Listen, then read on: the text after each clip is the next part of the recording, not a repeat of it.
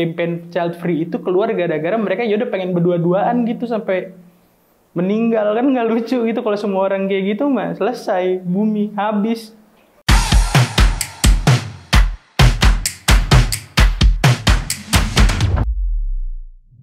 Halo, gue Dani, gue konten kreator dan gue Gen Z.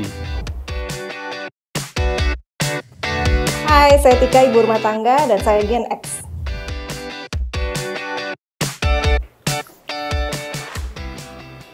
Selamat datang di Dua Generasi. Iya, terima kasih. Program baru dari branding. Jadi kita akan mempertemukan dua generasi dari ibu rumah, Gen X, Gen Z, atau milenial untuk berbagi pendapat tentang topik bahasan yang saya utarain ya. Yes. Oke, kita langsung aja ya, biar cepet ya. Yang pertama adalah, nanti boleh gantian, mungkin dari Dani dulu, habis itu nanti Katika ya. Menurut kalian, pendapat kalian tentang child free itu apa? Child free. Nggak pengen punya anak mungkin. Yang gue tahu sih itu aja. Kalau misalnya ditanya setuju atau enggak, jelas gue nggak setuju. Bisa bikin manusia punah. Ya, sekarang kalau semua orang nggak mau punya anak gitu ya. Mungkin kalau misalnya emang semangatnya mungkin ada teman-teman perempuan di luar sana yang mungkin punya resiko untuk ngelahirin atau apa, ya oke lah. Cuma kan yang gue tahu nih pas rame di Twitter tuh campaign child free itu keluar gara-gara mereka ya udah pengen berdua-duaan gitu sampai meninggal. Kan nggak lucu gitu kalau semua orang kayak gitu mah selesai, bumi habis. Gitu sih paling gue mikirnya. Kalau Katika? Child free buat aku yang golongan Gen X pro kontra ya, karena buat aku anak itu kan bisa menjadi generasi penerus, tapi juga bisa jadi beban untuk orang tua yang memang nggak siap gitu. Ya. Beban, kalau enggak sih Kak, gimana ya? Kalau gue mikirnya kalau misalnya ngomongin beban ya, masalah beban, pada dasarnya kan kita kalau misalnya nikah nih udah jelas, maksudnya lu udah tahu lah lu mau ngapain, nggak salah lu mau ngapain, lu udah siap, udah ready, udah harus ready dengan segala macam beban yang lu bilang tadi gitu loh.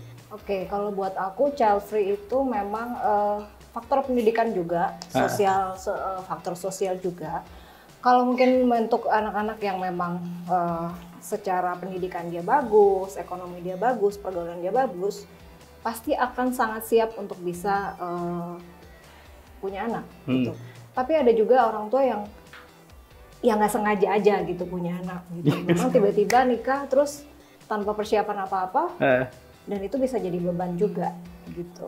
Jadi menurut aku ya setengah setuju dan setengah tidak setuju juga. Itu tergantung dari pribadinya orang ini, siap nggak dia menerima tanggung jawab sebesar itu. Menurut aku gitu sih. Kalau ekonominya tidak siap, kenapa menikah gitu? Ya kalau misalnya kecelakaan itu lebih lucu lagi dong kan, dia kan sebenarnya kayak gitu.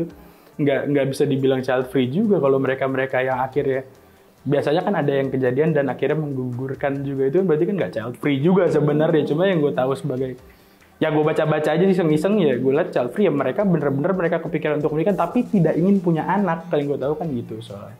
Jadi bener-bener kalau tadi Katika bilang agree to disagree, kalau gue bener-bener gue nggak setuju sih.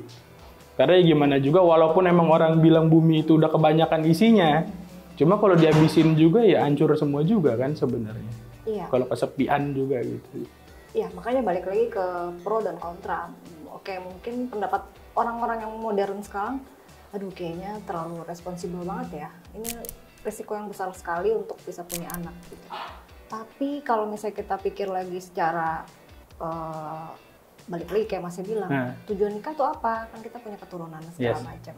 Ya itu balik lagi, saya nggak bisa bilang ini iya dan ini juga tidak gitu. Tapi pengalaman orang-orang yang sudah punya anak pasti akan merasakan ya beban betapa besarnya dikasih tanggung jawab sebesar itu gitu. Mungkin inilah orang-orang yang menghindari, kayaknya belum siap deh gue punya tanggung jawab sebesar itu. Oke, tadi udah kita dengar pendapatnya dari Katika, dari Dani. Nah, kita lanjut ke pertanyaan berikutnya. Tadi ngomongin soal merit nih, jadi lanjut tadi ya. Kalau misalnya menurut kalian nih, nanti merit, sebenarnya uangnya si suami itu sebaiknya itu dikasih semua ke pasangan atau harus dibagi dua gitu, suami sama istri. Gimana menurut Katika nih? Oke, kalau melihat dari modern life-nya sekarang gitu, biasanya tuh pasti ada kesepakatan seperti bagi dua, oke gue untuk urusan dapur ya, lo untuk bayar cicilan yang lain gitu. Tapi kalau ngeliat secara agama gitu ya, memang harusnya semua yang suami punya harus diberikan kepada istri gitu. Jadi ya tinggal dipakai, semuanya sama-sama bagus gitu, tinggal mau dipakai mau versi yang mana gitu. Yang penting buat aku sih kejujuran aja ya, berapa sebenarnya yang kalian punya. Nah nih, Gue jelas gak setuju kalau dikasih semua ke bini gue. Karena pria pasti punya hobi. Itu yang kita butuhkan, uang itu yang kita butuhkan. Kadang nih, ya namanya hobi kan, balik lagi namanya hobi kan. Kita nggak bisa, ya emang sih benar azas kejujuran itu harus ada. Cuma terkadang kita jujur diomelin, dimaki-maki, dibilang hobinya kemahalan, gitu. Bingung gitu kadang. Mau jujur diomelin, bohong juga dosa, ya kan? Nah, cuma kalau gue disuruh pilih yang mana, gue bakal pilih setengah-setengah sih. Setengah-setengah. Nah. Oke. Selanjutnya, kalau menurut kalian ini di generasi kalian masing-masing ya, di umur kalian sekarang, apakah investasi itu penting? Terus apakah investasi itu tergantung dengan umur? Dan investasi apa yang paling menguntungkan saat ini buat kalian? Jadi, ada nih. Investasi itu penting sih, jelas penting. Kalau misalnya kita ngomong investasi itu pasti penting ya. Karena ya kita nggak bisa bener-bener kalau cuma sekedar disimpan, diindepin nggak jelas gitu juga kan nggak jadi apa-apa gitu. Kalau misalnya harus sesuai umur, kayaknya enggak sih. Kalau kan sekarang banyak juga teman-teman Gen Z juga yang ya entah baru masuk di 20-an penghasilannya sudah bagus gitu loh. Udah bagus ya, daripada duitnya habis buat foya-foya atau diindepin kasih ke mamah dulu ya kan. Mendingan investasiin sih.